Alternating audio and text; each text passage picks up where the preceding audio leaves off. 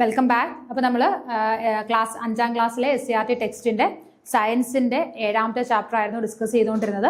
നമ്മൾ ജ്ഞാനേന്ദ്രിയങ്ങളുമായിട്ട് ബന്ധപ്പെട്ട് കണ്ണിന്റെ കാര്യങ്ങളാണ് എക്സ്പ്ലെയിൻ ചെയ്തുകൊണ്ടിരുന്നത്. അപ്പം അന്ധരായിട്ടുള്ള ആൾക്കാർ ഉപയോഗിക്കുന്ന ഉപകരണങ്ങൾ, നേത്രദാനം, അങ്ങനെ കുറേ ടോപ്പിക്കുകൾ നമ്മൾ ഈ ഒരു സെഷനിൽ എക്സ്പ്ലെയിൻ ചെയ്തായിരുന്നു. അപ്പോൾ ഇനി അതിന്റെ ബാലൻസ് വരുന്ന കാര്യങ്ങൾ. അപ്പോൾ ഏറ്റവും ലാസ്റ്റ് നമ്മൾ പറഞ്ഞ എന്താണ്, കണ്ണിന് സവിശേഷതയുള്ള ജീവികളെ കുറിച്ചായിരുന്നു പറഞ്ഞത് അല്ലേ. മരയോന്ത്, മൂങ്ങ, അവരുടെ കണ്ണിന്റെ പെക്യുലാരിറ്റീസ് ആണ് പറഞ്ഞത്. ഇനി അടുത്ത നമ്മൾ നോക്കാൻ പോകുന്നത് പൂച്ച. പൂച്ചയുടെ കണ്ണിലെ കൃഷ്ണമണി പകൽ വെളിച്ചത്തിൽ ചുരുങ്ങിയും രാത്രിയിൽ പരമാവധി വികസിച്ചും കാണപ്പെടുന്നു. അപ്പൊ പൂച്ചയുടെ കണ്ണിന്റെ പ്രത്യേകത എന്താണ്?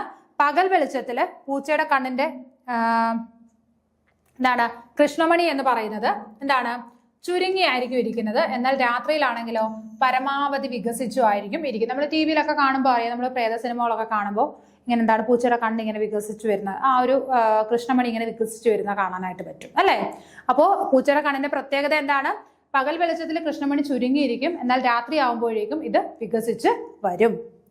നേരിയ പ്രകാശത്തെ പോലും ഉപയോഗപ്പെടുത്താനുള്ള കഴിവുള്ളതിനാൽ മങ്ങിയ പ്രകാശത്തിലും കാണാൻ സാധിക്കുന്നു. അപ്പൊ ഇങ്ങനെ കണ്ണിന്റെ ഈ കൃഷ്ണമണി ഇങ്ങനെ ചുരുങ്ങുന്നതും അത് വികസിക്കുന്നതും കൊണ്ടുള്ള പ്രത്യേകത എന്താണ്? നേരിയ പ്രകാശത്തെ പോലും ഉപയോഗപ്പെടുത്താനുള്ള കഴിവുള്ളതിനാൽ മങ്ങിയ പ്രകാശത്തിലും കാണാനായിട്ട് സാധിക്കും. അപ്പൊ ഈ കൃഷ്ണമണി ഇങ്ങനെ വികസിച്ച് വരുമ്പോൾ എന്താണ്, പ്രകാശം വളരെ കുറവാണെങ്കിൽ പോലും അതിന് വ്യക്തമായിട്ട് കാണാനായിട്ട് സാധിക്കും. ഓക്കെ.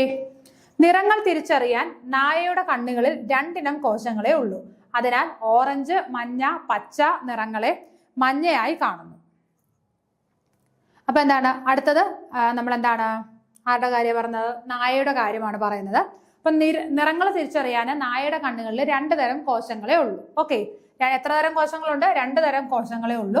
അതില് ഓറഞ്ച്, മഞ്ഞ, പച്ച ഈ 3 നിറങ്ങളും നായയുടെ കണ്ണിൽ ഏത് കളറായിട്ടാണ് തോന്നുന്നത്? മഞ്ഞ നിറമായിട്ടാണ് കാണുന്നത്. ഓക്കെ. ഏതൊക്കെയാണ്? ഓറഞ്ചും മഞ്ഞയും പച്ചയും. ഈ 3 നിറവും നായയുടെ കണ്ണിൽ നമുക്കല്ല, നായയ്ക്ക് മഞ്ഞയായിട്ടേ കാണാനായിട്ട് സാധിക്കുള്ളൂ. നീലഹരിത നിറത്തെ വെളുത്തതായും ചുവപ്പിനെ ഇരുണ്ട തവിട്ട് നിറത്തിലും കാണുന്നു. അതേപോലെ നീല ഹരിത നിറം അല്ലെ, ഒരു നീലയും പച്ചയും കൂടെ ചേർന്ന ഒരു നിറത്തെ എങ്ങനെയാണ്, വെളുത്തതായിട്ടാണ് നായയുടെ കണ്ണിൽ കാണുന്നത്. അതേപോലെ തന്നെ ചുവപ്പിനെ ഇരുണ്ട് തവിട്ട് നിറത്തിലുമാണ് നായയ്ക്ക് കാണാൻ സാധിക്കുന്നത്. അപ്പൊ ഈ കളറ് വരുന്നത് അതിന്റെ വ്യത്യാസം ഒന്ന് ഓർത്തിരിക്കുക. ഓറഞ്ചും മഞ്ഞയും പച്ചയും ഏത് നിറത്തിലാണ്? മഞ്ഞ നിറത്തിലാണ് കാണുന്നത്. നീലഹരിത നിറം വെളുത്തതായിട്ടും ചുവപ്പിനെ എങ്ങനെയാണ് കാണുന്നത്? ഇരുണ്ട തവിട്ട നിറമായിട്ടുമാണ് നായയ്ക്ക് കാണാൻ സാധിക്കുന്നത്. ഓക്കെ. അടുത്തത് 2ാമത്തെ ഇന്ദ്രിയത്തെ കുറിച്ചാണ് പറഞ്ഞത്. ഇന്ദ്രിയമല്ല, ആ ഒരു ശക്തിയെ കുറിച്ച് അല്ലെ. എന്താണ്? കേൾവിയെ കുറിച്ചാണ് നമ്മൾ പറയുന്നത്. കേൾവിക്ക് സഹായിക്കുന്ന മനുഷ്യ ശരീരത്തിലെ ഭാഗമാണ് ചെവി. കേൾവിക്ക് സഹായിക്കുന്ന മനുഷ്യ ശരീരത്തിലെ ഭാഗം ഏതാണ്? ചെവിയാണ്. ശബ്ദത്തെ ശേഖരിച്ച് ചെവിക്കുള്ളിലേക്ക് എത്തിക്കുന്നതും ചെവിയുടെ ഏറ്റവും പുറമേയുള്ള ഭാഗമാണ് ചെവിക്കുട. അപ്പം ശബ്ദത്തെ, നമ്മൾ കേൾക്കുന്ന ശബ്ദത്തെ എല്ലാം ശേഖരിച്ച് ചെവിക്കുള്ളിലേക്ക് എത്തിക്കുന്ന എന്താണ്, ചെവിയുടെ ഏറ്റവും പുറമേ ഉള്ള ഭാഗത്തിന്റെ പറയുന്ന പേരെന്താണ്? ചെവിക്കുട. ഓക്കെ. ചെവിക്കുട. ശബ്ദത്തെ ശേഖരിച്ച്, ശബ്ദത്തിന്റെ എന്താണ്, നമ്മൾ കേൾക്കുന്ന സൗണ്ട് എല്ലാം കൂടെ ശേഖരിച്ച് എന്താണ്, ശബ്ദം ചെവിക്കുള്ളിലേക്ക് എത്തിക്കുന്ന അല്ലെ, ചെവിക്കുള്ളിലേക്ക് എത്തിക്കുന്ന ചെവിയുടെ ഏറ്റവും പുറമേ ഉള്ള ഭാഗത്തിലാണ് നമ്മൾ ചെവിക്കുട അല്ലെങ്കിൽ പിന്ന എന്ന് പറയും. ഇംഗ്ലീഷിൽ എന്ത് പറയും? പിന്ന എന്ന് പറയും അല്ലെ. അപ്പൊ നമ്മൾ ഈ കേൾക്കുന്ന സൗണ്ടിനെ എല്ലാം കൂടി ശേഖരിച്ച് ചെവിക്കകത്തേക്ക് എത്തിക്കുന്ന ചെവിയുടെ ഏറ്റവും പുറമേ ഉള്ള ഭാഗമാണ് ചെവിക്കുട. ശബ്ദം ചെവിക്കുള്ളിലെ പല ഭാഗങ്ങളിലൂടെ കടന്നുപോയി തലച്ചോറിൽ എത്തുമ്പോഴാണ് ശബ്ദം തിരിച്ചറിയുന്നത്. അപ്പൊ എന്ത് ചെയ്യും? ഈ ശേഖരിച്ച ശബ്ദം എല്ലാം കൂടെ ഒരിടത്ത് ചെല്ലുകയല്ല, ചെവിക്കകത്തൂടെ പല ഭാഗങ്ങളിലൂടെ കടന്നുപോയി അത് തലച്ചോറിൽ എത്തുമ്പോഴാണ് നമുക്ക് എന്ത് മനസ്സിലാവുന്നത്? ഇന്ന ശബ്ദമാണ് നമ്മൾ കേട്ടത് എന്ന്. ഇപ്പൊ ഒരു കുഞ്ഞമ്മയെന്ന് വിളിക്കുകയാണ്. അപ്പൊ അമ്മേ എന്ന് പറയുന്ന ആ ഒരു സൗണ്ട് നമ്മുടെ ചെവിക്കകത്തൂടെ കടന്നുപോയി ലാസ്റ്റ് അത് ബ്രെയിനിൽ എത്തുമ്പോഴാണ് എന്താണ്, ആ സൗണ്ട് ആ ആള് ഐഡന്റിഫൈ ചെയ്യുന്നത്. ഓക്കെ. ഇപ്പൊ എന്തൊക്കെ കാര്യങ്ങളാണ് പറഞ്ഞത്? കേൾവിക്ക് സഹായിക്കുന്ന മനുഷ്യ ശരീരത്തിലെ ഭാഗം ഏതാണ്? ചെവിയാണ്. ശബ്ദത്തെ ശേഖരിച്ച് ചെവിക്കുള്ളിലേക്ക് എത്തിക്കുന്ന ചെവിയുടെ ഏറ്റവും പുറമേയുള്ള ഭാഗത്തിന് നമ്മൾ എന്ത് പേര് പറയും? ചെവിക്കുട അല്ലെങ്കിൽ പിന്ന എന്ന് പറയും. ഇനി ഈ ശേഖരിക്കുന്ന ശബ്ദങ്ങളെല്ലാം ചെവിക്കുള്ളിലേക്ക് എത്തി പല ഭാഗങ്ങളിൽ എത്തി അവസാനം എവിടെ എത്തും? തലച്ചോറിൽ എത്തിച്ചേരും അല്ലെ. ചെവിയുടെ പല ഭാഗങ്ങളിലൂടെ കടന്നുപോയി തലച്ചോറിൽ എത്തുമ്പോഴാണ് ശബ്ദം നമ്മൾ തിരിച്ചറിയുന്നത്. ഓക്കെ. ചെവി സംരക്ഷിക്കാൻ ശ്രദ്ധിക്കേണ്ട പ്രധാന കാര്യങ്ങൾ. നമ്മൾ നേരത്തെ നേത്ര സംരക്ഷണം പറഞ്ഞിരുന്നു അല്ലെ. നേത്ര സംരക്ഷണത്തിനായിട്ട് നമ്മൾ ശ്രദ്ധിക്കേണ്ട കാര്യങ്ങൾ, അതേപോലെ തന്നെ ചെവി സംരക്ഷിക്കാനും നമ്മൾ ചെയ്യേണ്ട കാര്യങ്ങളാണ് ഇനി പറയുന്നത്. ചെവിക്കുള്ളിൽ കൂർത്ത വസ്തുക്കൾ ഇടരുത്. അപ്പൊ എന്ത് ചെയ്യണം? ചെവിക്കുള്ളിൽ ഒരിക്കലും നമ്മൾ എന്ത് ചെയ്ത് കൂർത്ത വസ്തുക്കൾ ഒന്നും ഇടരുത്. നമ്മൾ എന്ത് ചെയ്യും? ചെവി ചൊറിയുന്നു എന്ന് പറഞ്ഞിട്ട് കൈ കിട്ടുന്ന സാധനങ്ങളെല്ലാം എടുത്ത് ചെവിയിലിടും അല്ലെ? ചെവിക്കകത്ത് ഇങ്ങനെ ഒരു ചൊറിച്ചിലുണ്ട്, അല്ലെങ്കിൽ അതിനകത്തൊരു നമുക്കൊരു ഇറിറ്റേഷൻ വരുമ്പോൾ നമ്മുടെ കൈ ചിലരാണെങ്കിൽ പെൻസിൽ എടുത്തിടും. അപ്പൊ നമ്മുടെ കയ്യിൽ എന്താണ് കൂർത്ത വസ്തുക്കൾ കിട്ടുന്നത് അത് എടുത്തിടും. അപ്പൊ അങ്ങനെയൊന്നും നമ്മൾ ചെവിക്കകത്ത് ഇടരുത്. ഈവൻ എന്താണ് നമ്മുടെ ഇയർ ബഡ്സ് പോലും നമ്മളുടെ ചെവിക്കകത്ത് യൂസ് ചെയ്യാനായിട്ട് പാടില്ല. ഓക്കെ. വലിയ ശബ്ദങ്ങൾ തുടർച്ചയായി കേൾക്കരുത്. അതേപോലെ തന്നെ കണ്ടിന്യൂസ് ആയിട്ട് വരുന്ന ശബ്ദങ്ങൾ നമ്മൾ എന്ത് ചെയ്യരുത്? കേൾക്കരുത്. ശബ്ദങ്ങളൊന്നും അങ്ങനെ ഭയങ്കര ബാസുള്ള സൗണ്ടുകളൊന്നും കേൾക്കരുത്. ചെവിയിൽ വെള്ളമോ മറ്റു ദ്രാവകങ്ങളോ ഒഴിക്കരുത്. അതേപോലെ തന്നെ ചെവിയിൽ ഒന്ന് ജസ്റ്റ് വെള്ളം കയറുകയാണെങ്കിൽ തന്നെ നമുക്ക് ഭയങ്കര ഇറിറ്റേഷനാണ്, ഭയങ്കര വേദനയായിരിക്കും അല്ലേ? ചെവിയിൽ വെള്ളമൊന്നല്ല, മറ്റു ദ്രാവകങ്ങളൊന്നും തന്നെ കുട്ടികൾ കളിക്കുമ്പോഴൊക്കെ നമ്മൾ ശ്രദ്ധിക്കണം. ഒരാൾ മറ്റൊരാളുടെ ശരീരത്തേക്ക് അല്ലെങ്കിൽ എന്താണ് എങ്ങനെയാണെങ്കിലും ഇപ്പൊ വെള്ളത്തിൽ വീഴുകയാണെങ്കിലും ഒക്കെ ചെവിയിലേക്ക് നമുക്ക് എന്താണ് വെള്ളവും അതേപോലെ മറ്റു ദ്രാവകങ്ങളൊന്നും കയറി പോകരുത്. അങ്ങനെ കയറിയാൽ തന്നെ എന്താണ് പലതരത്തിലുള്ള ഇൻഫെക്ഷൻ ആയിട്ട് മാറും, പിന്നീട് അത് പല പ്രശ്നങ്ങളായിട്ട് മാറും. അപ്പൊ അതുകൊണ്ട് ചെവിയിലേക്ക് വെള്ളമോ ഒരു തരത്തിലുള്ള ദ്രാവകമോ ഒഴിക്കാൻ പാടില്ല. ചെവിക്ക് ആഘാതം ഏൽക്കരുത്. നമുക്കറിയില്ല, പെട്ടെന്ന് നമുക്ക് ചെവിക്ക് ചെറുതായിട്ട് എന്തെങ്കിലും സംഭവിച്ചാൽ തന്നെ നമുക്ക് എന്താണ് വേഗം നമ്മളുടെ ബോധം മറയാനുള്ള ചാൻസ് ഉണ്ട് അല്ലേ? അപ്പോൾ ചെവിക്ക് വലിയ രീതിയിലുള്ള ആഘാതം, ഇപ്പം അടിക്കുകയാണെങ്കിൽ തന്നെ നമ്മൾ പറയും ചെവിക്കുറ്റിക്ക് അടിക്കുകയാണെന്ന് പറയാം. ആ അടിക്കുന്നതൊക്കെ എന്താണ് ചെവിക്കാണ് പ്രധാനമായിട്ടും. പടക്കോ എന്നുള്ള സൗണ്ട് വരുമ്പോൾ ചെവിക്ക് തന്നെയാണ് ഭയങ്കര ആയിട്ട് അഫക്റ്റ് ചെയ്യുന്നത്. അപ്പൊ എന്ത് ചെയ്യുക? അപ്പൊ ചെവിക്ക് വലിയ ആഘാതം ഏൽക്കാതിരിക്കാൻ ശ്രദ്ധിക്കണം. എന്തൊക്കെ കാര്യങ്ങളാണ് നമ്മളിവിടെ പറഞ്ഞത്? ചെവിക്കുള്ളിൽ കൂർത്ത വസ്തുക്കൾ ഇടരുത്. ചെറിയവരാണെങ്കിലും വലിയ ആൾക്കാരാണെങ്കിലും എന്ത് ചെയ്യരുത്? ചെവിക്കകത്ത് കൂർത്ത വസ്തുക്കൾ ഇടരുത്. വലിയ ശബ്ദങ്ങൾ തുടർച്ചയായിട്ട് കേൾക്കരുത്. കണ്ടിന്യൂസ് ആയിട്ട് എന്താണ് വലിയ ശബ്ദങ്ങൾ കേൾക്കരുത്. പിന്നീട് ചെവിയിൽ വെള്ളമോ മറ്റു ദ്രാവകങ്ങളോ ഒന്നും ഒഴിക്കരുത്. അതേപോലെ ചെവിക്ക് ആഘാതം ഏൽക്കാതിരിക്കാൻ ശ്രദ്ധിക്കണം. ഓക്കെ. അടുത്ത ശ്രവണ സഹായികൾ നോക്കുകയെ. പല കാരണങ്ങളാൽ മനുഷ്യന്റെ കേൾവി ശക്തി നഷ്ടപ്പെടാറുണ്ട്. അപ്പൊ നമുക്കറിയാം പല കാരണങ്ങൾ കൊണ്ട് നമ്മുടെ കേൾവി ശക്തി നഷ്ടപ്പെടാറുണ്ട്. കേൾവി ഇല്ലാത്ത ആളുകൾ ഉപയോഗിക്കുന്ന ഉപകരണങ്ങളാണ് ശ്രവണ സഹായികൾ അല്ലെങ്കിൽ ഹിയറിംഗ് എയ്ഡ്സ് എന്ന് പറയും അല്ലെ? അപ്പൊ എന്താണ് കേൾവി ഇല്ലാത്ത ആൾക്കാർക്ക് നമ്മൾ പറയുന്ന കാര്യങ്ങൾ കേൾക്കാൻ വേണ്ടിയിട്ട് ഉപയോഗിക്കുന്ന ഒരു ഇൻസ്ട്രുമെന്റ് ആണ് അല്ലെങ്കിൽ എന്തൊരു ഉപകരണമാണ് എന്തെന്ന് പറയുന്നത് ശ്രവണ സഹായി അല്ലെങ്കിൽ ഹിയറിംഗ് എയ്ഡ്സ്. ഇപ്പൊ പ്രായമായ അപ്പൂമ്മമാരും അമ്മൂമ്മമാരും ഒക്കെ നമ്മുടെ വീട്ടിലുണ്ടെങ്കിൽ എന്താണ് നമ്മൾ പറയുന്ന കാര്യങ്ങൾ അവർക്ക് ചിലപ്പോൾ കേൾക്കാൻ കഴിഞ്ഞു എന്ന് വരില്ല. അപ്പൊ നമ്മൾ എന്ത് ചെയ്യും? ഹിയറിംഗ് എയ്ഡ് വാങ്ങിച്ചു കൊടുക്കും. ഹിയറിംഗ് എയ്ഡ് വെക്കുകയാണെന്നുണ്ടെങ്കിൽ അവർക്ക് എന്താണ് കുറച്ചുകൂടി ക്ലിയർ ആയിട്ട് നമ്മൾ പറയുന്ന കാര്യങ്ങൾ കേൾക്കാനായിട്ട് സാധിക്കും. ഓക്കെ. ഇത്തരം ശ്രവണ സഹായികളിൽ ശബ്ദം വ്യക്തമായി കേൾക്കുന്നതിനുള്ള സംവിധാനങ്ങളുണ്ട്. അപ്പൊ ഇങ്ങനെയുള്ള ശ്രവണ സഹായികൾ നമ്മൾ യൂസ് ചെയ്യുകയാണ് എന്നുണ്ടെങ്കിൽ എന്താണ് ശബ്ദം വളരെ വ്യക്തമായിട്ട് വളരെ ക്ലിയർ ആയിട്ട് കേൾക്കാൻ പറ്റുന്ന സംവിധാനങ്ങൾ ഇതിനകത്ത് ഘടിപ്പിച്ചിട്ടുണ്ട്. അപ്പൊ അത് വെച്ചിട്ടാണ് നമ്മൾ എന്ത് ചെയ്യുന്നത്? അത് വെച്ചിട്ട് വ്യക്തമായിട്ട് കേൾക്കാനായിട്ട് സാധിക്കും. ഓക്കെ. അപ്പൊ നമുക്കറിയാം ചില ആൾക്കാരെ കാണുമ്പോൾ അവരുടെ ചെവിയിൽ ഇങ്ങനെ ഒരു മൈക്രോഫോൺ പോലത്തെ ഒരു ചെറിയൊരു സാധനം ചെവിയുടെ ബാക്കിലായിട്ട് ഇങ്ങനെ ഇരിക്കും. എന്നിട്ട് അതുവഴി ഒരു വയർ നമ്മുടെ ചെവിയുടെ അകത്തേക്ക് കണക്ട് ചെയ്ത് വെച്ചേക്കുന്നത് കാണാൻ പറ്റും. അപ്പൊ അത് ശരിക്കും എന്താണ്? ഹിയറിംഗ് എയ്ഡ് ആണ്. അപ്പൊ അവർക്ക് കേൾവി ശക്തി ഇല്ല, അപ്പം കേൾക്കാൻ വേണ്ടിയിട്ട് കണക്ട് ചെയ്ത് വെച്ചിരിക്കുന്നതാണ് ഹിയറിംഗ് എയ്ഡ് എന്ന് പറയുന്നത്. ഓക്കെ. അപ്പൊ എന്താണ് ശ്രവണ സഹായികള്? പല കാരണങ്ങളാൽ മനുഷ്യന്റെ കേൾവി ശക്തി നഷ്ടപ്പെടാറുണ്ട്. കേൾവി ഇല്ലാത്ത ആളുകൾ ഉപയോഗിക്കുന്ന ഉപകരണങ്ങളെയാണ് നമ്മൾ എന്തെന്ന് പറയുന്നത്? ഹിയറിംഗ് എയ്ഡ്സ് അല്ലെങ്കിൽ ശ്രവണ സഹായികൾ എന്ന് പറയുന്നത്. എന്താണ് അതിന്റെ പ്രത്യേകത? ഇത്തരം ശ്രവണ സഹായികളിൽ ശബ്ദം വ്യക്തമായി കേൾപ്പിക്കുന്നതിനുള്ള സംവിധാനങ്ങൾ ഉണ്ട്. അപ്പൊ എന്താണ് ശബ്ദം വളരെ വ്യക്തമായിട്ട് കേൾക്കുന്നതിനുള്ള സംവിധാനം എവിടെയുണ്ട്? ശ്രവണ സഹായികളിൽ ഉണ്ട്. അടുത്തത് പാമ്പുകളുടെ പ്രത്യേകത. പാമ്പുകൾക്ക് ബാഹ്യകർണം ഇല്ലെങ്കിലും ആന്തരകർണം ഉപയോഗിച്ച് തറയിൽ ഉണ്ടാകുന്ന നേരിയ ചലനങ്ങൾ പോലും തിരിച്ചറിയാൻ സാധിക്കുന്നു. അപ്പൊ നമുക്കറിയാം, എല്ലാവർക്കും അറിയാവുന്ന ഒരു കാര്യമാണ് പാമ്പുകൾക്ക് ചെവിയില്ല അല്ലെ? ചെവിയില്ല. പക്ഷെ എന്താണ് പാമ്പ് അപ്പോ ചെവി ഇല്ലെങ്കിൽ നമ്മൾ മകുടി ഊതുമ്പോൾ അത് എങ്ങനെയാണ് ഐഡന്റിഫൈ ചെയ്യുന്നത്, അല്ലെങ്കിൽ അതിനനുസരിച്ച് അത് എങ്ങനെയാണ് നീങ്ങുന്നത്? എന്താണ് പ്രത്യേകത? പാമ്പുകൾക്ക് ബാഹ്യകർണം ഇല്ല. ബാഹ്യകർണം എന്ന് പറയുമ്പോൾ പുറമെ എന്താണ്? ചെവിയില്ല. ബാഹ്യകർണം അതായത് ഔട്ടർ ഇയർ ഇല്ല അല്ലെ? ബാഹ്യകർണം ഇല്ലെങ്കിലും ആന്തരകർണം ഉപയോഗിച്ച് തറയിൽ ഉണ്ടാകുന്ന നേരിയ ചലനങ്ങൾ പോലും തിരിച്ചറിയാൻ സാധിക്കുന്നു. അപ്പൊ തറയിൽ എന്തെങ്കിലും ഒരു ചലനം ഉണ്ടാകുമ്പോൾ അതിന് ആന്തരകർണമുണ്ട്, ഇന്നർ ഇയർ ഉണ്ട് അല്ലെ? ഇന്നർ ഇയർ വെച്ചിട്ട് എന്ത് ചെയ്യും? ആ ചലനങ്ങൾ വേഗം തിരിച്ചറിയാനായിട്ട് ആർക്ക് സാധിക്കുന്നു? പാമ്പുകൾക്ക് സാധിക്കുന്നു. അപ്പൊ ഓർക്കുക, നമുക്ക് നോക്കുമ്പോൾ നമുക്കറിയാം പാമ്പിന് കർണം അല്ലെങ്കിൽ എന്തില്ല? ചെവിയില്ല. പക്ഷെ എന്താണ് അത് ശരിക്കും ഇല്ലാത്തത്? ഔട്ടർ ഇയർ ആണ് ഇല്ലാത്തത്, ഇന്നർ ഇയർ ഉണ്ട്. അപ്പൊ എന്താണ് തറയിൽ എന്തെങ്കിലും ഒരു ചെറിയ ചലനം ഉണ്ടായാൽ പോലും അതിനെ വേഗം ഐഡന്റിഫൈ ചെയ്യാൻ പറ്റും. എന്ത് വെച്ചിട്ട്? ആന്തരകർണം വെച്ചിട്ട് അതിന് വേഗം അത് മനസ്സിലാക്കാനായിട്ട് സാധിക്കും. പാമ്പുകൾക്ക് വായുവിലൂടെ വരുന്ന ശബ്ദം കേൾക്കാൻ കഴിയില്ലെങ്കിലും പ്രതലങ്ങളിലൂടെ വരുന്ന ശബ്ദം തിരിച്ചറിയാൻ സാധിക്കുന്നു. അപ്പൊ പാമ്പ് ഇപ്പം ബാഹ്യകർണം ഇല്ലാത്തത് കൊണ്ട് തന്നെ വായുവിലുള്ള ശബ്ദം അവർക്ക് എന്ത് ചെയ്യാൻ പറ്റില്ല, തിരിച്ചറിയാൻ പറ്റില്ല. പക്ഷെ എന്തെങ്കിലും പ്രതലങ്ങളിലൂടെയാണ് ശബ്ദം വരുന്നത് എന്നുണ്ടെങ്കിൽ എന്താണ്, അത് വേഗം തിരിച്ചറിയാനായിട്ട് സാധിക്കും. അപ്പൊ എന്താണ്, അപ്പൊ ഈ മകുടിയൊക്കെ ഊതുമ്പോൾ എന്താണ്, ഭൂമിക്കകത്ത് തന്നെ ഒരു വൈബ്രേഷൻ ഉണ്ടാവും. ആ വൈബ്രേഷൻ വെച്ചിട്ട് അതിന് വേഗം എന്ത് ചെയ്യാൻ പറ്റും, ആ സൗണ്ട് കേൾക്കാനായിട്ട് പറ്റും. ഓക്കെ, പാമ്പുകളുടെ പ്രത്യേകത എന്താണ്, അവർക്ക് എന്തില്ല, ബാഹ്യകർണമില്ല, എന്നാൽ ആന്തരകർണം ഉണ്ട്. ഈ ആന്തരകർണം വെച്ചിട്ട് തറയിലൊക്കെ എന്തെങ്കിലും ചലനം ഉണ്ടാവുകയാണെങ്കിൽ വേഗം തിരിച്ചറിയാനായിട്ട് സാധിക്കുന്നു. അതേപോലെ തന്നെ പാമ്പുകളുടെ പ്രത്യേകത, വായുവിലൂടെ വരുന്ന ശബ്ദം അവർക്ക് തിരിച്ചറിയാൻ കഴിയില്ല, എന്നാൽ പ്രതലങ്ങളിലൂടെയാണ് ശബ്ദം വരുന്നതെന്നുണ്ടെങ്കിൽ വേഗം തിരിച്ചറിയാനും സാധിക്കുന്നു.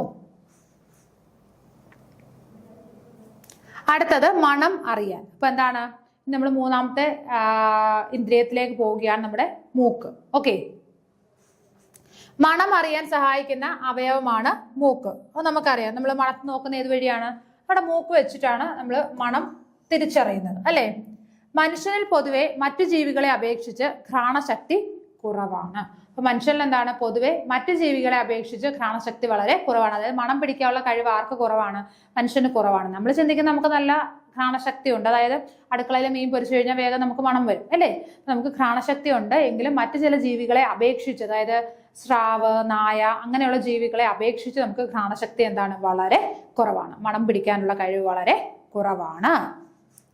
ഘ്രാണശക്തിയിലെ വമ്പന്മാർ. ഇനി ഘ്രാണശക്തി കൂടുതലായിട്ടുള്ള മൃഗങ്ങളെ നമുക്കൊന്ന് പരിചയപ്പെടാം. സ്രാവ്. ഘ്രാണശക്തിയുടെ കാര്യത്തിൽ ഏറ്റവും മുന്നിലാണ് സ്രാവുകൾ. കടലിൽ വളരെ അകലെ രക്തം വീണാൽ പോലും മണത്തറിയാൻ ഇവയ്ക്ക് കഴിയുന്നു. അപ്പൊ ഘ്രാണശക്തി, അതായത് മണം പിടിക്കാനുള്ള കഴിവില് ഏറ്റവും മുമ്പിൽ നിൽക്കുന്ന ഒരു മൃഗമാണ്, അല്ലെങ്കിൽ ഒരു ജീവിയാണ് എന്തെന്ന് പറയുന്നത്, സ്രാവ്. ഓക്കെ, സ്രാവുകൾ എന്ന് പറയുന്നത് എന്താണ്, ഘ്രാണശക്തി വളരെ കൂടിയ ജീവികളാണ്. കടലിൽ വളരെ അകലെ രക്തം വീണാൽ പോലും മണത്തറിയാൻ ഇവയ്ക്ക് കഴിയുന്നു. അപ്പം സ്രാവ് നിൽക്കുന്നതിന്റെ ഒരുപാട് അകലെ, കിലോമീറ്ററുകൾ അകലെ രക്തം വീണാൽ പോലും അത് വേഗം മണത്തറിയാൻ ആർക്ക് കഴിയുന്നു, സ്രാവുകൾക്ക് കഴിയുന്നുണ്ട്. ഓക്കെ, അപ്പൊ ഘ്രാണശക്തിയിലെ ഏറ്റവും ആദ്യം നമ്മൾ പറയുന്ന ആരുടെ കാര്യമാണ്, സ്രാവിന്റെ കാര്യമാണ്. ഏറ്റവും ഘ്രാണശക്തി കൂടിയ ഒരു ജീവിയാണ് സ്രാവ്. അപ്പം സ്രാവ് നിൽക്കുന്നതിന്റെ എന്താണ്, ഒരുപാട് അകലെ രക്തം വീണാൽ പോലും അത് വേഗം തിരിച്ചറിയാൻ ആർക്ക് സാധിക്കും, അല്ലെ മണത്തറിയാൻ ആർക്ക് സാധിക്കുന്നു, സ്രാവുകൾക്ക് സാധിക്കുന്നു. അടുത്തത് നായ. മണത്തറിയാനുള്ള കഴിവ് ഏറെയുള്ള ജീവികൾ ഒന്നാണ് നായ. അപ്പൊ സ്രാവ് കഴിഞ്ഞു കഴിഞ്ഞാൽ അടുത്ത സ്ഥാനം ആർക്കാണ്, നായക്കാണ്, അല്ലെ? അപ്പൊ മണം പിടിക്കാനായിട്ട്, മണം തിരിച്ചറിയാനുള്ള കഴിവുള്ള ഒരു ജീവിയാണ് എന്തെന്ന് പറയുന്നത്, നായ. നല്ല രീതിയിൽ തിരിച്ചറിയാൻ കഴിവുള്ള ജീവിയാണ് നായ. നായകൾ അവ സഞ്ചരിക്കുന്ന വഴിയിൽ ഇടയ്ക്കിടെ മൂത്രമൊഴിക്കുന്നത് തിരിച്ചു വരാനുള്ള വഴി മണത്തറിയുന്നതിന് വേണ്ടിയാണ്. നമുക്കറിയാം, നായ പോകുന്ന വഴിയിലെല്ലാം എന്ത് ചെയ്യും, മൂത്രമൊഴിച്ചിട്ടാണ് പോകുന്നത്. എന്നിട്ട് തിരിച്ചു വരുമ്പോൾ എന്നിട്ട് അവർ നടക്കുന്നത് എങ്ങനെയാണ്, മണം പിടിച്ചാണ് നടക്കുന്നത്, അല്ലെ? അപ്പൊ ആ മൂത്രം ഒഴിക്കുന്നതെന്ന് പറഞ്ഞു കഴിഞ്ഞാൽ എന്തിനു വേണ്ടിയിട്ടാണ്, തിരിച്ച് ആ വഴി തന്നെ വരാൻ വേണ്ടിയിട്ടാണ്, തിരിച്ചു വരാൻ വേണ്ടിയിട്ടാണ് എന്ത് ചെയ്ത് മൂത്രം ഒഴിച്ചത്. അപ്പൊ മൂത്രത്തിന്റെ മണം വെച്ച് വേണം അവർ എന്ത് ചെയ്യാനായിട്ട്, തിരിച്ച് വരുന്നത്. ഓക്കെ, നായകൾ അവ സഞ്ചരിക്കുന്ന വഴിയിൽ ഇടയ്ക്കിടെ മൂത്രമൊഴിക്കുന്നത് തിരിച്ചു വരാനുള്ള വഴി മണത്തറിയുന്നതിന് വേണ്ടിയാണ്. അപ്പൊ മനസ്സിലായല്ലോ. അപ്പൊ നായ പോകുന്ന വഴി എല്ലാം മൂത്രമൊഴിച്ചു വെക്കുന്നത് എന്തിനു വേണ്ടിയിട്ടാണ്, അത് വൃത്തികേടാക്കാൻ വേണ്ടിയിട്ടാണോ? ഒരിക്കലുമല്ല. അവർക്ക് തിരിച്ച് ആ വഴി തന്നെ വരാൻ വേണ്ടിയിട്ടാണ് അവർ എന്ത് ചെയ്യുന്നത്, പോകുന്ന വഴിയിൽ മൂത്രമൊഴിച്ചു വെക്കുന്നത്. അപ്പൊ മണം പിടിച്ചിട്ട് തിരിച്ചു വരാനായിട്ട് വേണ്ടിയിട്ടാണ്. ഓക്കെ, മണം പിടിക്കാനുള്ള കഴിവ് വളരെ വേഗത്തിലായതുകൊണ്ട് കുറ്റാന്വേഷണ രംഗത്ത് ഇവയെ വ്യാപകമായി ഉപയോഗപ്പെടുത്തുന്നു. അപ്പൊ എന്താണ്, അപ്പം മണം പിടിക്കാനുള്ള കഴിവ് ഇവർക്ക് വളരെ കൂടുതലാണ്. മനുഷ്യനെ അപേക്ഷിച്ച് മണം പിടിക്കാനുള്ള കഴിവ് ആർക്ക് വളരെ കൂടുതലാണ്, നായക്ക് കൂടുതലായതുകൊണ്ട് തന്നെയാണ് കുറ്റാന്വേഷണ രംഗത്ത് ഇവയെ ഉപയോഗിക്കുന്നത്. നമുക്കറിയാം, എന്തെങ്കിലുമൊക്കെ കേസുകൾ, ക്രൈം സീനുകളിലൊക്കെ നായയെ കൊണ്ടുവന്ന് മണം പിടിപ്പിച്ചിട്ട് എന്ത് ചെയ്യാം, വേഗം കള്ളനെ പിടിക്കാൻ, അല്ലെങ്കിൽ എന്തെങ്കിലും ഒരു എവിഡൻസ് കിട്ടാൻ വേണ്ടിയിട്ട് നമുക്ക് നായയെ ഉപയോഗിക്കും. അപ്പൊ നായ ആ ഒരു മണം പിടിക്കുന്നതിലൂടെ നായ ഓടിപ്പോയി കുറെ ദൂരം, നമുക്കറിയാം മോഷണമൊക്കെ നടക്കുമ്പോൾ എന്താണ്, നായയെ കൊണ്ടുവന്ന് വസ്തുക്കളൊക്കെ മണപ്പിച്ചിട്ട് അപ്പൊ നായ കുറെ ദൂരം ഓടി ചെന്നിട്ട് എവിടെയെങ്കിലും ഒക്കെ വെച്ചിട്ട് എന്തെങ്കിലുമൊക്കെ തുമ്പുകൾ കിട്ടുകയും ചെയ്യും. ഓക്കെ, അപ്പൊ എന്തെല്ലാം കാര്യങ്ങളാണ് നായയുടെ പറഞ്ഞത്, മണത്തറിയാനുള്ള കഴിവ് ഏറെയുള്ള ജീവികളിൽ ഒന്നാണ് നായ. പിന്നെ നായ മൂത്രം ഒഴിക്കുന്ന കാര്യം പറയും. മൂത്രമൊഴിച്ച് പോകുന്ന എന്തിനാണ്, അതിന് തിരിച്ചു വരാനുള്ള വഴി കണ്ടുപിടിക്കാൻ വേണ്ടിയിട്ടാണ് മൂത്രമൊഴിച്ച് പോകുന്നത്. പിന്നെന്താണ്, കുറ്റാന്വേഷണ രംഗത്ത് വളരെ വ്യാപകമായിട്ട് നായ ഉപയോഗിക്കുന്നു. എന്തുകൊണ്ട്, അതിന്റെ ഈ ഒരു ഘ്രാണശക്തി കൊണ്ടാണ് നമ്മൾ ഉപയോഗിക്കുന്നത്. അടുത്തത് പാമ്പ്. പാമ്പുകൾ ഇടയ്ക്കിടെ നാവ് പുറത്തേക്കിടുന്നതിന് കാരണം നാക്ക് ഉപയോഗിച്ചാണ് പാമ്പുകൾ ഗന്ധം അറിയുന്നത്. അപ്പൊ എപ്പോഴും നമുക്കറിയാം, പാമ്പ് എപ്പോഴും എന്ത് ചെയ്യും, നാക്ക് നീട്ടിക്കൊണ്ടേയിരിക്കും, അല്ലെ? അപ്പൊ നാക്ക് എപ്പോഴും ഇങ്ങനെ പുറത്തിട്ടുകൊണ്ടേയിരിക്കും. അപ്പൊ എന്തിനു വേണ്ടിയിട്ടാണ് ഇവരെങ്ങനെ നാക്ക് പുറത്തിടുന്നത്, ഗന്ധം അറിയാൻ വേണ്ടിയിട്ടാണ്. അപ്പൊ പാമ്പുകൾ നാക്ക് ഉപയോഗിച്ചിട്ടാണ് ഗന്ധം തിരിച്ചറിയുന്നത്. ഓക്കെ, പാമ്പ് എന്താണ് ചെയ്യുന്നത്? അതിന്റെ നാക്ക് ഉപയോഗിച്ചിട്ടാണ് ഗന്ധം തിരിച്ചറിയുന്നത്. അപ്പൊ അങ്ങനെ ഗന്ധം തിരിച്ചറിയാൻ വേണ്ടിയിട്ടാണ് ഇവർ എന്ത് ചെയ്യുന്നത്? ഇടയ്ക്കിടെ നാക്ക് പുറത്തേക്ക് ഇടുന്നത്. അപ്പം മറ്റുള്ളവരുടെ ഗന്ധം ഇതിനെ മനസ്സിലാക്കാനായിട്ട് സാധിക്കും. അപ്പൊ പാമ്പിന് ചെവി ഇല്ല എന്ന് പറഞ്ഞു, ആന്തരകർണമില്ല, ബാഹ്യകർണം ബാഹ്യകർണമില്ല, ആന്തരകർണം മാത്രമേ ഉള്ളൂ. അതേപോലെ തന്നെ പാമ്പുകള് മണമറിയാനായിട്ട് ഏത് ശരീരഭാഗമാണ് ഉപയോഗിക്കുന്നത്? അതിന്റെ നാക്കാണ് ഉപയോഗിക്കുന്നത്. ഓക്കെ,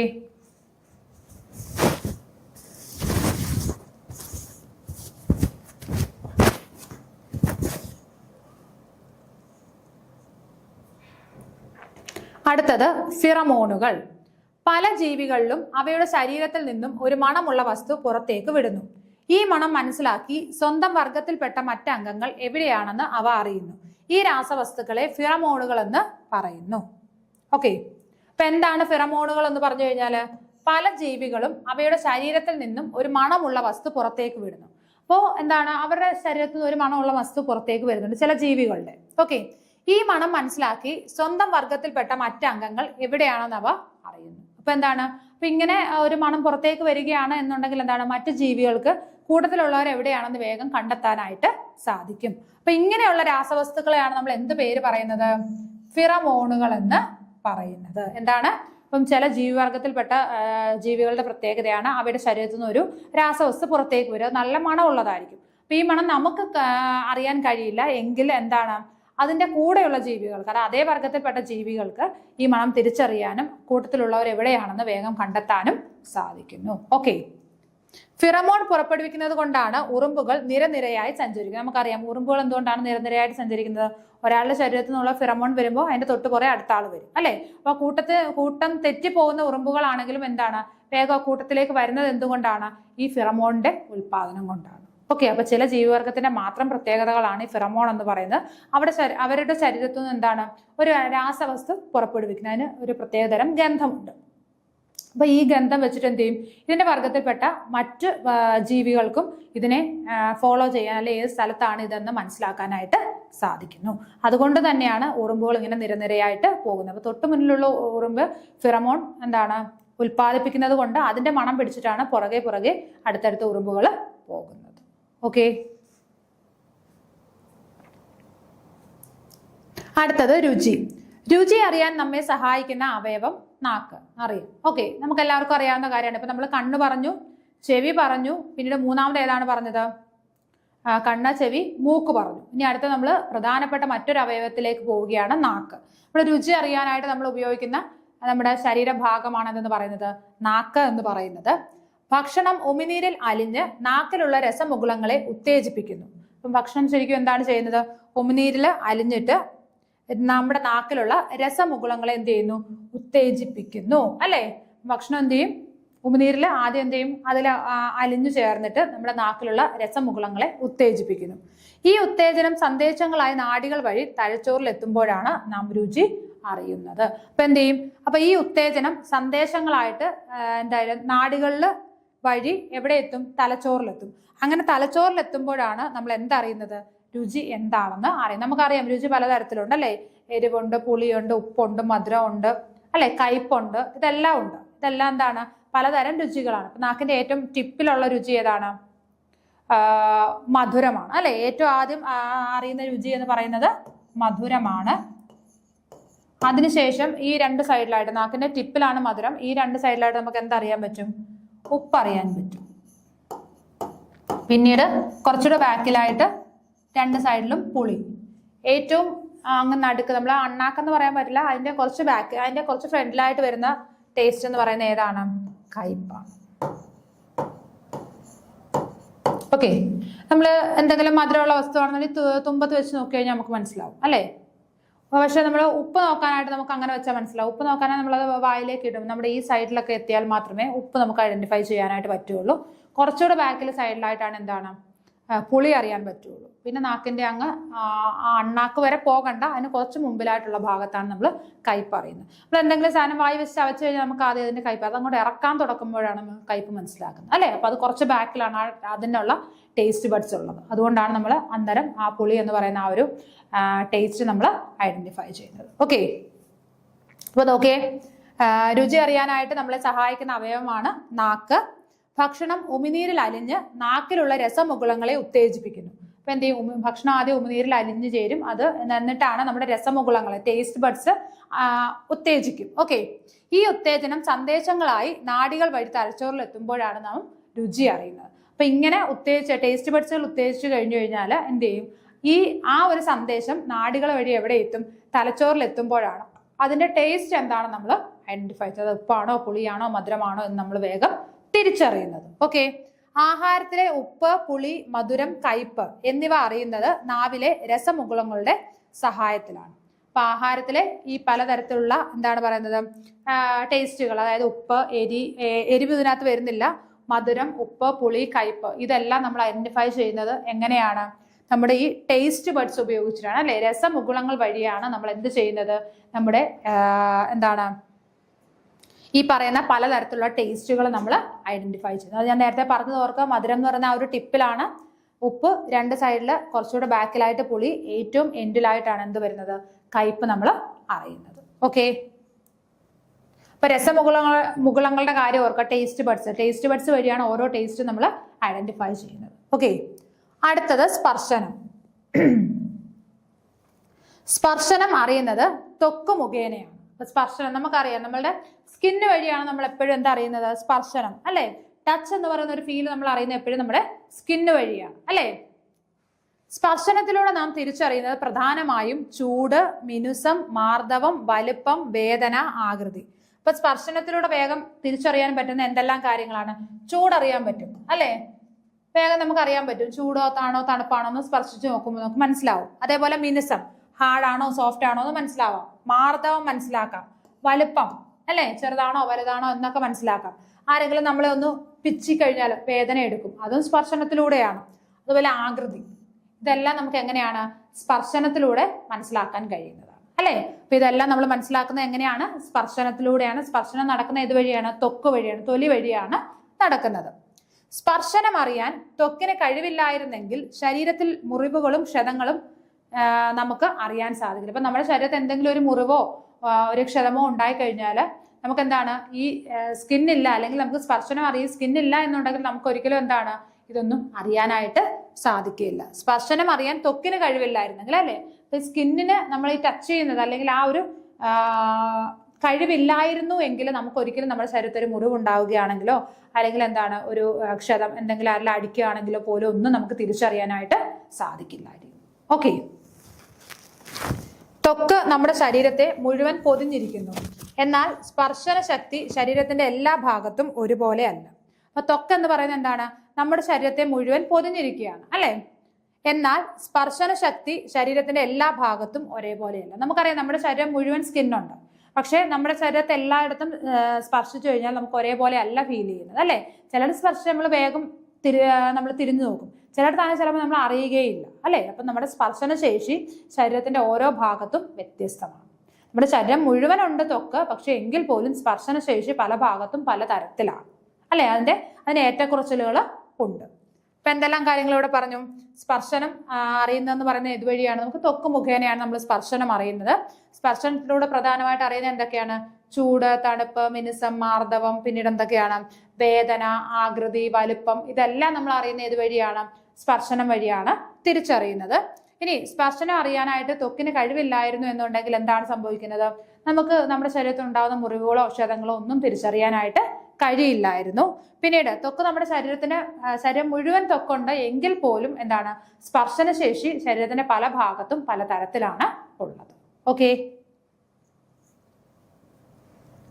സ്പർശനശേഷി അധികമുള്ള ശരീരഭാഗങ്ങളാണ് വിരൽ തുമ്പുകൾ, കവിൾ, ചുണ്ടുകൾ.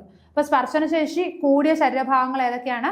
വിരൽ തുമ്പ്, കവിള്, അതേപോലെ തന്നെ ഏതാണ്? ചുണ്ടുകൾ. ഈ മൂന്ന് ഭാഗത്തും സ്പർശനം, അതായത് വേഗം ഒരാൾ വന്ന് ടച്ച് ചെയ്ത് കഴിഞ്ഞാൽ നമ്മൾ തിരിച്ചറിയും, അതാണ്. അപ്പൊ ഈ മൂന്ന് ഭാഗത്തും എന്താണ്? സ്പർശനശേഷി കൂടിയ ഭാഗങ്ങളാണ്. ഓക്കെ, അടുത്തത് ജ്ഞാനേന്ദ്രിയങ്ങൾ. ഇര തേടാനും ഇണയെ കണ്ടെത്താനും ശത്രുക്കളിൽ നിന്ന് രക്ഷപ്പെടാനും ചുറ്റുപാടിലെ മാറ്റങ്ങൾ തിരിച്ചറിയാനും എല്ലാ ജീവികളിലും ഉള്ളതാണ് ഇന്ദ്രിയങ്ങൾ. നമുക്കറിയാം, നമുക്ക് ഇന്ദ്രിയങ്ങൾ പഞ്ചേന്ദ്രിയങ്ങളാണ്, അല്ലെ? 5 ഇന്ദ്രിയങ്ങളാണ് മനുഷ്യ ശരീരത്തിലുള്ളത്, അല്ലെ? ഈ ഇന്ദ്രിയങ്ങൾ എന്തിനു വേണ്ടിയിട്ടാണ് നമ്മൾ ഉപയോഗിക്കുന്നത്? ഇര തേടാന്, ഇണയെ കണ്ടെത്താന്, ശത്രുക്കളിൽ നിന്ന് രക്ഷപ്പെടാനും ചുറ്റുപാടിലെ മാറ്റങ്ങൾ തിരിച്ചറിയാനും എല്ലാ ജീവികളിലും ഉള്ളതാണ് ഇന്ദ്രിയങ്ങൾ. അപ്പൊ എല്ലാ ജീവികളിലും എന്തുണ്ട്? ഇന്ദ്രിയങ്ങളുണ്ട്. എന്തെല്ലാം ആവശ്യത്തിനാണ് ഇന്ദ്രിയങ്ങൾ ഉപയോഗിക്കുന്നത്? ഇര തേടാന്, അതേപോലെ ഇണയെ കണ്ടെത്താന്, ശത്രുക്കളിൽ നിന്ന് രക്ഷ നേടാന്. പ്രധാനമായും ഈ 3 കാര്യങ്ങൾക്കാണ് നമ്മൾ എന്ത് ചെയ്യുന്നത്? ഇന്ദ്രിയങ്ങൾ ഉപയോഗിക്കുന്നത്. എല്ലാ ജീവികളിലും ചുറ്റുപാടുകളിൽ നിന്ന് നിരവധി അറിവുകൾ ശേഖരിക്കുന്നു. എല്ലാ ജീവികളും എങ്ങനെയാണ്? നമ്മുടെ ചുറ്റുപാടിൽ നിന്ന് നമ്മൾ ഒരുപാട് അറിവുകൾ ശേഖരിക്കുന്നുണ്ട് അല്ലെ? നമ്മുടെ ചുറ്റുപാടിൽ നിന്ന് എങ്ങനെയാണ് ഈ അറിവുകൾ ശേഖരിക്കുന്നത്? നമ്മുടെ ഇന്ദ്രിയങ്ങൾ വഴിയാണ്. ഈ പാഠം തുടങ്ങിയപ്പോഴേ നമ്മൾ പറഞ്ഞു എന്താണ്? കാഴ്ചയിലൂടെയാണ് മിക്കവാറുള്ള അറിവുകളെല്ലാം നമ്മൾ മനസ്സിലാക്കുന്നതെന്ന് പറഞ്ഞു അല്ലെ? അപ്പോൾ ഓരോ ഇന്ദ്രിയങ്ങൾ വഴിയും നമ്മൾ ഓരോ അറിവുകൾ ശേഖരിക്കുകയാണ് ചെയ്യുന്നത്. ഇത്തരത്തിൽ ചുറ്റുപാടുകളെ കുറിച്ച് അറിവ് തരുന്ന അവയവങ്ങളാണ് ജ്ഞാനേന്ദ്രിയങ്ങൾ. അപ്പൊ ഇങ്ങനെ ചുറ്റുപാടുകളെ കുറിച്ച് അറിവ് തരുന്ന ഇന്ദ്രിയങ്ങളെ നമ്മൾ പറയുന്ന പേരെന്താണ്? ജ്ഞാനേന്ദ്രിയങ്ങൾ അല്ലെങ്കിൽ സെൻസ് ഓർഗൻസ് എന്ന് പറയും. നമ്മുടെ ചുറ്റുപാടുകളെ കുറിച്ച് നമ്മളെ പഠിപ്പിക്കുന്ന അല്ലെങ്കിൽ നമ്മുടെ ചുറ്റുപാടുകളെ കുറിച്ച് അറിവ് പകർന്നു നൽകുന്ന നമ്മുടെ ഇന്ദ്രിയങ്ങളെയാണ് നമ്മൾ എന്ത് പേര് പറയുന്നത്? ജ്ഞാനേന്ദ്രിയങ്ങൾ അഥവാ സെൻസ് ഓർഗൻസ് എന്ന് പറയുന്നത്.